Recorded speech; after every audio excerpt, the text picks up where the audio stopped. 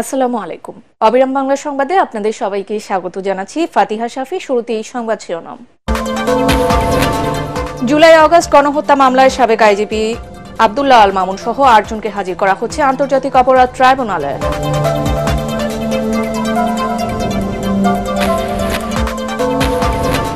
বিএনপির ভারপ্রাপ্ত চেয়ারম্যান তারেক রহমানের ৫৭তম জন্মদিন আজ কোনো উৎসব আয়োজন না করতে নেতাকর্মীদের প্রতি কঠোর বার্তা।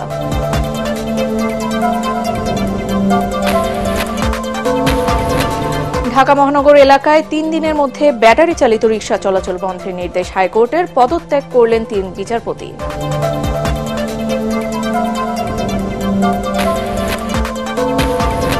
এবং ময়মনসিংহের ভালুকায় প্রথমবার কমলা চাষী সফল এক তরুণ, আগ্রহী হচ্ছেন স্থানীয়রা। সহযোগিতার আশ্বাস কৃষি বিভাগের।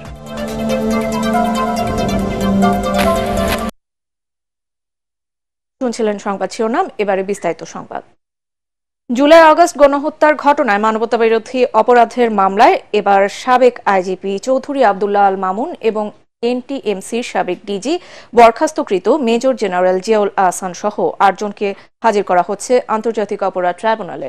সকালে তাদের ট্রাইব্যুনালে আনার পর জুলাই আগস্ট মানবতাবিরোধী অপরাধের মামলায় গ্রেপ্তার দেখিয়ে কারাগারে আটক রাখার আবেদন করবে প্রসিকিউশন। আজ যে ৮ জনকে ট্রাইব্যুনালে আনা হচ্ছে তারা হলেন পুলিশের সাবেক মহাপরিদর্শক Chowdhury Abdullah Al Mamun, national telecommunication monitoring centre এনটিএমসির সাবেক মহাপরিচালক বরখাস্তকৃত মেজর জেনারেল জিয়াউল আহসান, ঢাকা জেলার সাবেক পুলিশ সুপার আব্দুল্লাহিল কাফি, গোয়েন্দা পুলিশ ডিবির ঢাকা উত্তরের সাবেক পরিদর্শক আরাফাত হোসেন, ঢাকা জেলার সাভার সার্কেলের সাবেক অতিরিক্ত পুলিশ সুপার শাহিদুল ইসলাম, ডিএমপির মিরপুর বিভাগের সাবেক ডিসি জসিমউদ্দিন মোল্লা, যাত্রাবাড়ি থানার সাবেক ওসি আবুল হাসান ও গুলশান থানার সাবেক ওসি মাজহারুল ইসলাম। এই ৮ জনের মধ্যে জুলাই আগস্ট গণহত্যার মামলায় জসিমউদ্দিন মোল্লাকে গত ৩০ অক্টোবর ও শহীদুল ইসলাম ৩১ অক্টোবর ট্রাইব্যুনালে হাজির করা হলে দুজনকেই কারাগারে পাঠানোর নির্দেশ দেয় আদালত। বাকি ৬ জন বিভিন্ন মামলায় গ্রেফতার হয়ে আগে থেকেই কারাগারে আছেন। গত ২৭ অক্টোবর ১৭ পুলিশ কর্মকর্তার বিরুদ্ধে গ্রেফতারি পরোয়ানা জারি করে ট্রাইব্যুনাল।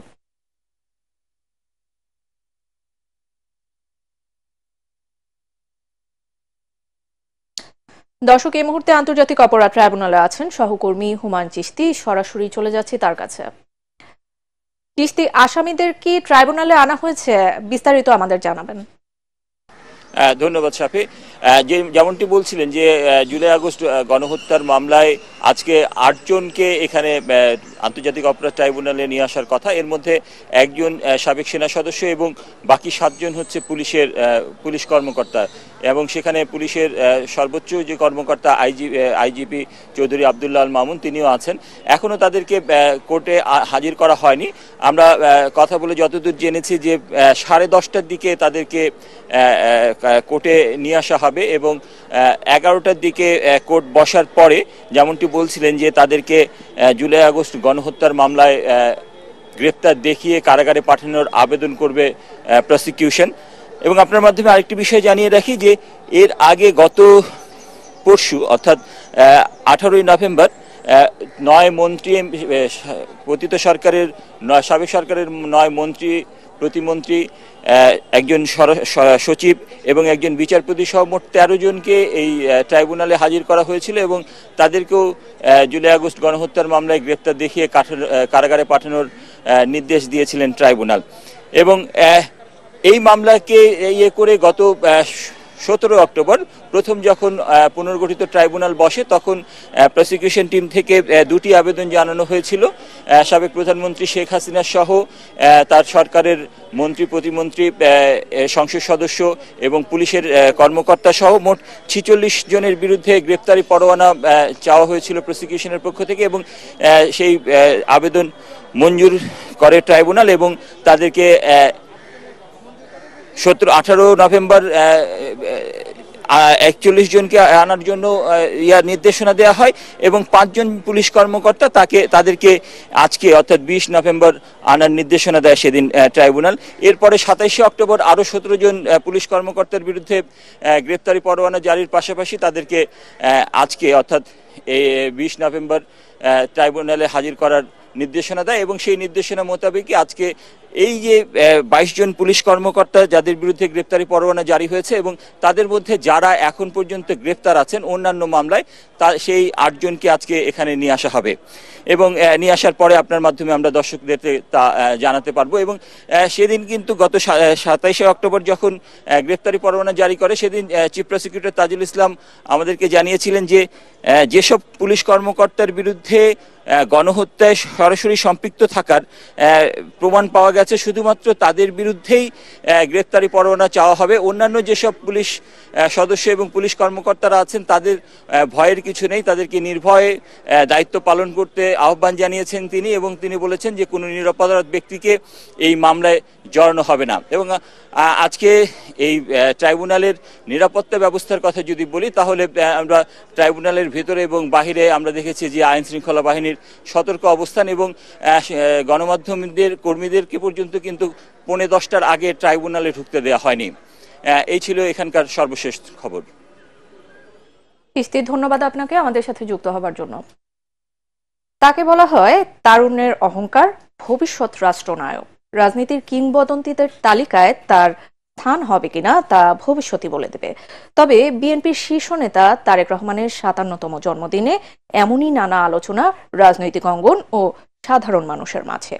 1967 সালের এই দিনে জন্ম নেয়া এই নেতার জন্মদিন এবার পালন হচ্ছে কোনো উৎসব আয়োজন ছাড়াই। নেতাকর্মীদের প্রতি কঠোর বার্তা, করা যাবে না কোনো আয়োজন। দলীয় নির্দেশনা অমান্য করলে পেতে হবে শাস্তি। আরো জানাচ্ছেন এস এম আশরাফ।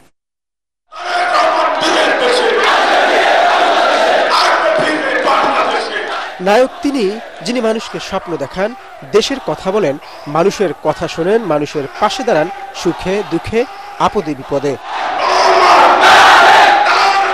বিএনপির নেতাকর্মীরা মনে করেন তাদের নেতা তারেক রহমান সেই কাজটি করছেন, আর তাই তারা তাকে বলছেন দেশনায়ক, আগামীর রাষ্ট্রনায়ক।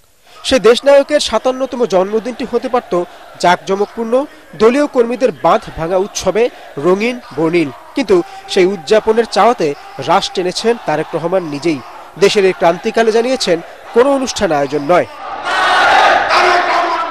যদিও বড় রাজনৈতিক দলের প্রধান ব্যক্তির জন্মদিন মানেই আয়োজনের বাড়াবাড়ি, নিজেকে জাহির করা নিয়ে প্রতিযোগিতা। তবে নতুন বাংলাদেশের স্বপ্ন দেখানো বিএনপির ভারপ্রাপ্ত চেয়ারম্যান বারবার ভিন্ন বার্তাই দিতে চাইছেন কাজে কথায়।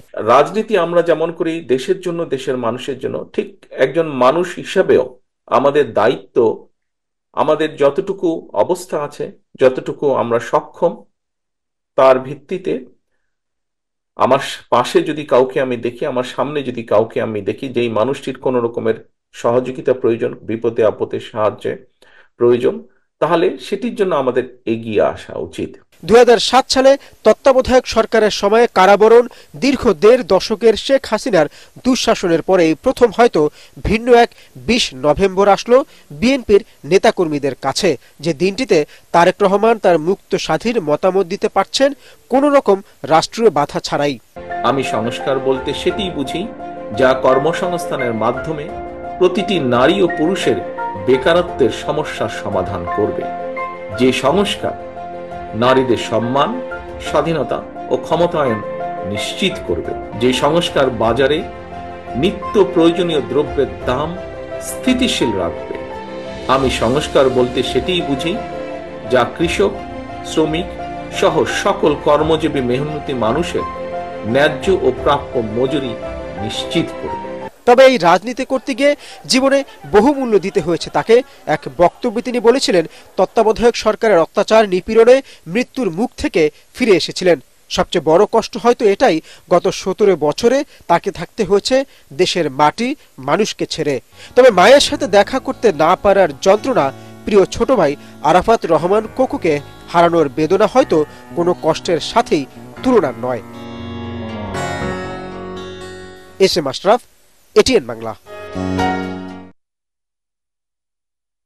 21শে নভেম্বর সশস্ত্র বাহিনী দিবসে সেনাকুঞ্জের সংবর্ধনা অনুষ্ঠানে বিএনপি চেয়ারপারসন বেগম খালেদা জিয়া ও ভারপ্রাপ্ত চেয়ারম্যান তারেক রহমানকে আমন্ত্রণ জানিয়েছে প্রধান উপদেষ্টার কার্যালয়ের সশস্ত্র বাহিনী বিভাগ। মঙ্গলবার রাজধানীর গুলশানের বিএনপি চেয়ারপারসনের রাজনৈতিক কার্যালয়ে চেয়ারপারসনের একান্ত সচিব ABM আব্দুস সাত্তার এ আমন্ত্রণ পত্র গ্রহণ করেন। সশস্ত্র বাহিনী দিবস উপলক্ষে বিএনপি মহাসচিব মির্জা ফখরুল ইসলাম আলমগীর স্থায়ী কমিটির সদস্য সহ ২৬ নেতার নামেও আমন্ত্রণপত্র পাঠানো হয়েছে। ২১ নভেম্বর সশস্ত্র বাহিনী দিবস উপলক্ষে রাষ্ট্রপতি ও সশস্ত্র বাহিনীর সর্বাধিনায়ক মোহাম্মদ শাহাবুদ্দিন এবং প্রধান উপদেষ্টা ডক্টর মোহাম্মদ ইউনুস আলাদা বাণী দেবেন। ঢাকা মহানগর এলাকায় ৩ দিনের মধ্যে ব্যাটারি চালিত রিকশা চলাচল বন্ধের নির্দেশ দিয়েছে হাইকোর্ট। বিচারপতি ফাতেমা নজিব ও বিচারপতি মাহমুদুর রাজির দ্বৈত বেঞ্চ এ আদেশ দেন। সব মিলিয়ে বর্তমানে প্রায় ১২ লাখ রিকশা চলাচল করছে রাজধানীতে, যার বড় একটি অংশ ব্যাটারি চালিত। রিটকারীর আইনজীবী বলেন, সম্প্রতি সড়কে অস্বাভাবিক হারে বেড়েছে ব্যাটারি চালিত রিকশা। এতে বাড়ছে সড়ক দুর্ঘটনায় মৃত্যুর সংখ্যাও, পাশাপাশি তৈরি হচ্ছে বিদ্যুৎ সংকট। এসব দিক বিবেচনায় বিগত সরকারের সময় কয়েকবার রুল ও নির্দেশনা দিয়েও বন্ধ করা যায়নি ব্যাটারি চালিত রিকশার দাপট। এই রিকশা বন্ধে হাইকোর্ট নির্দেশ দিলেও শেখ হাসিনা সরকার তা বন্ধ করেনি।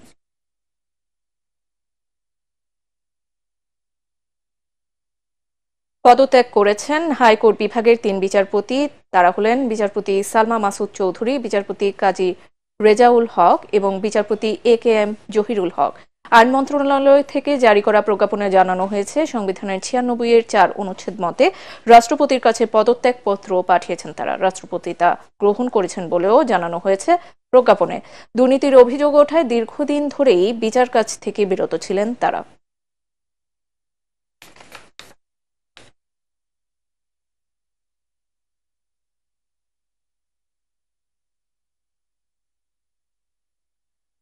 দাম বাড়ায় আজ থেকে ভর্তুকি দিয়ে শুরু হয়েছে ন্যায্য মূল্যে আলু বিক্রি। উদ্বোধনী অনুষ্ঠানে বাণিজ্য উপদেষ্টা শেখ বশিরউদ্দিন জানান, খাদ্যপণ্য সরবরাহের ঘাটতির কারণেই মূল্যস্ফীতি বেড়েছে। রমজানকে সামনে রেখে নিত্যপণ্যের দাম নিয়ন্ত্রণে সরকার কাজ করে যাচ্ছে বলে জানান তিনি। কারওয়ান বাজারে টিসিবির ট্রাকে আলু বিক্রি উদ্বোধন করে বাণিজ্য উপদেষ্টা এসব কথা বলেন। দাম সহনীয় পর্যায়ে না আসা পর্যন্ত টিসিবির আলু বিক্রি কার্যক্রম চলবে বলেও জানান তিনি। এ সময় উপদেষ্টা বলেন, আমদানিতে উদারনীতি থাকায় ভারতের সাথে কোনো টানাপোড়েন নেই। বিভিন্ন পণ্য আমদানিতে শুল্ক কমানোয় রমজানে পণ্যের দাম সহনীয় থাকবে বলেও আশ্বস্ত করেন শেখ বশিরউদ্দিন। ময়মনসিংহের ভালুকায় প্রথমবার কমলা চাষে সফলতার মুখ দেখেছেন এক তরুণ। গাছ লাগানোর মাত্র ২ বছরে খরচ তুলে এখন লাভ গুনছেন তিনি। তার এই সফলতায় কমলা চাষে আগ্রহী হচ্ছেন স্থানীয়রা। এ ব্যাপারে সব ধরনের সহযোগিতার আশ্বাস দিয়েছে কৃষি বিভাগ। ভালুকা প্রতিনিধি আনোয়ার হোসেন তরফদারের রিপোর্ট, জানাচ্ছেন ফারহিন ইসলাম টুম্পা। ভালুকার আঙ্গারগাড়া ইউনিয়নের আখালিয়া গ্রামের শহীদ আহমেদ ২ বছর আগে কৃষি প্রকল্পের আওতায় ৯ বিঘা জমিতে শুরু করেন কমলা চাষ। চারা রোপণের ১.৫ বছরের মধ্যেই আসতে শুরু করে ফল। এই বাগান দেখে কমলা চাষে আগ্রহী হচ্ছেন অনেকে। কৃষি অফিস থেকে আমরা সহায়তা পাই, তাহলে আমাদের যুব সমাজ আরো এই কমলা চাষটা বাড়াই করার জন্য, চাষ করার জন্য আগ্রহী আছে। বাগান দেখে আমরা অনেক খুশি, আমরাও আগ্রহী। এই কমলা বাগান জীবিকার সুযোগ করে দিয়েছে স্থানীয় যুবকদের। এখানে কাজ করে আমার সংসার চালাইতেছি, এতে আমি মোটামুটি ভালোভাবে সংসার চালাইতে পারি। তো যে কমলার বাগান করছে উনি লাভবান, তো আমরাও কাজ করে আমাদের সংসার চালাইতে সক্ষম হই। শহীদ বাগানে 2 বছর ধরে কাজ করতেছি, কাজ করে আমার সংসার চালাইতেছি, খুব ভালো চলতেছি। তরুণ এই উদ্যোক্তা জানালেন, এরই মধ্যে কমলা বিক্রি করে তার বিনিয়োগ উঠে গেছে, এখন লাভ গুনছেন তিনি। ৩০০ ছাড়া আমি কমলা বাবদ আমার ৩ লক্ষ টাকা খরচ আছে, তাতে আমি এখানে অলরেডি ৩ লক্ষ প্লাস কমলা বিক্রি করে ফেলছি। তো এখানে আরো আশা করতেছি ৫ থেকে ৬ লক্ষ টাকা বিক্রি হবে, হয়তো আমার সর্বমোট ৮ থেকে ৯ লক্ষ টাকা বিক্রি হবে।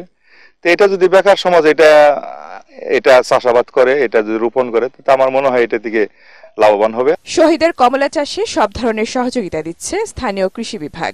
সময় সময় তাদেরকে বিভিন্ন ধরনের পরামর্শ দিয়ে থাকি, সার ব্যবস্থাপনার উপর, সেচ ব্যবস্থাপনার উপর পরামর্শ দিয়েছি। আমাদের উপসহকারী কৃষি কর্মকর্তা উনি রেগুলার ওনার বাগান ভিজিট করে তাকে পরামর্শ দিয়েছেন। দেশে কমলার চাহিদা মিটিয়ে বিদেশে রপ্তানি করে অর্থনীতিতে বড় অবদান রাখতে চান এই তরুণ। Bureau report, ATN Bangla. Jahangirnagar বিশ্ববিদ্যালয়ে বেপরোয়া অটোরিকশার ধাক্কায় মারা গেছেন আফসানা করিম রাচি নামের এক শিক্ষার্থী। তিনি বিশ্ববিদ্যালয়ের মার্কেটিং বিভাগের ৫৩ ব্যাচের ছাত্রী। থাকতেন বেগম খালেদা জিয়া আবাসিক হলে। প্রত্যক্ষদর্শীরা জানান, গতরাতে বিশ্ববিদ্যালয়ের নতুন কলা ভবনের সামনে ওই শিক্ষার্থী রাস্তা পার হওয়ার সময় একটি দ্রুতগামী অটোরিকশা তাকে ধাক্কা দিলে গাছের উপর আছড়ে পড়েন তিনি। গুরুতর আহত অবস্থায় তাকে উদ্ধার করে স্থানীয় হাসপাতালে পাঠানো হলে কর্তব্যরত চিকিৎসক রাঁচিকে মৃত ঘোষণা করেন।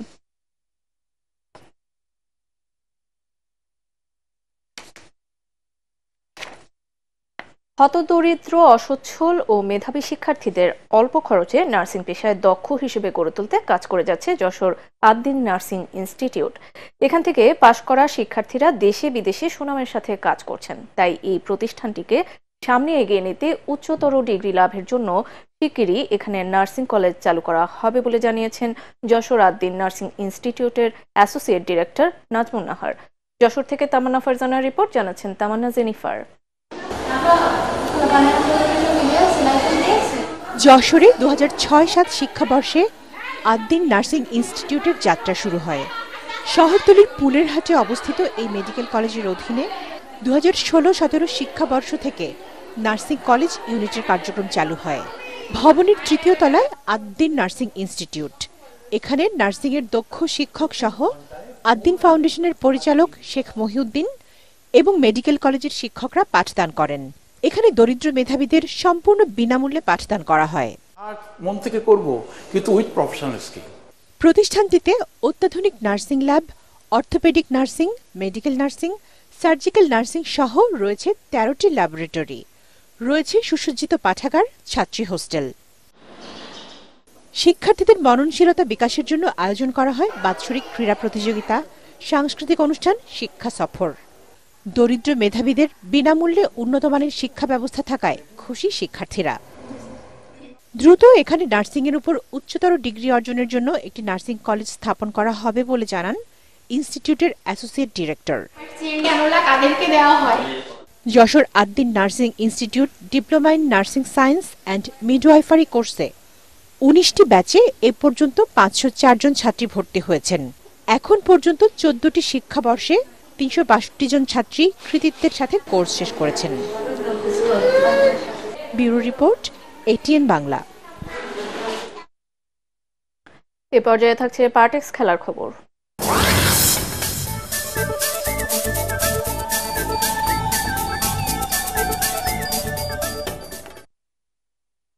বিশ্বকাপ বাছাই পর্বে জয় পেয়েছে আর্জেন্টিনা আর ড্র করে পয়েন্ট হারিয়েছে ব্রাজিল।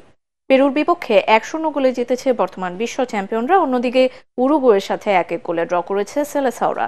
তাতে লাতিন অঞ্চল থেকে শীর্ষস্থান ধরে রেখেছে মেসির দল। 5-এ নেমে গেছে 5 বারের বিশ্ব চ্যাম্পিয়নরা। এসএম আশরাফের আরও একটি রিপোর্ট।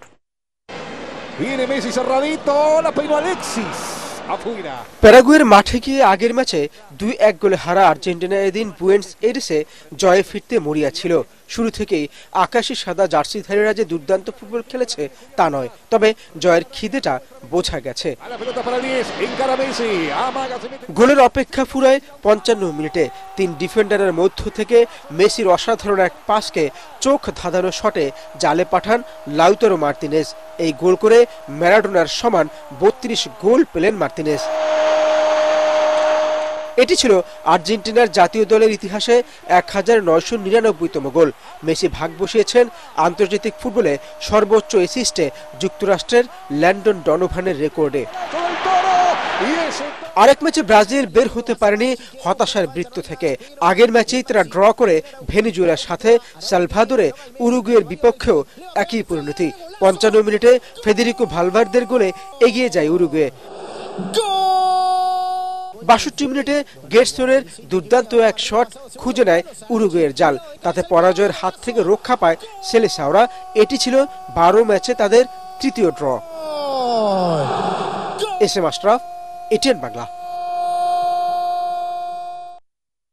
সংবাদ শেষ করছি, তার আগে শিরোনামগুলো আরো একবার। জুলাই আগস্ট গণহত্যা মামলায় সাবেক আইজিপি আব্দুল্লাহ আল মামুন সহ 8 জনকে হাজির করা হচ্ছে আন্তর্জাতিক অপরাধ ট্রাইব্যুনালে।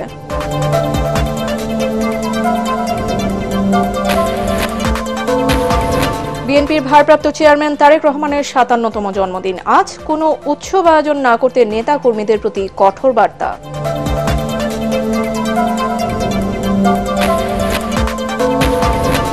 ঢাকা মহানগর এলাকায় 3 দিনের মধ্যে ব্যাটারি চালিত রিকশা চলাচল বন্ধের নির্দেশ হাইকোর্টের। পদত্যাগ করলেন 3 বিচারপতি।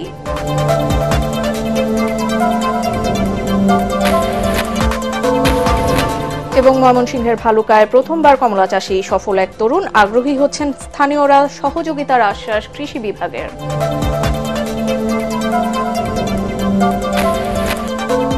এই ছিল এখনকার মতো। রইল পরবর্তী সংবাদ দেখার আমন্ত্রণ। এটিএন বাংলা সংবাদ ইউটিউবে দেখতে ব্রাউজ করুন youtube/ATN বাংলা নিউজ। সাথে থাকার জন্য ধন্যবাদ।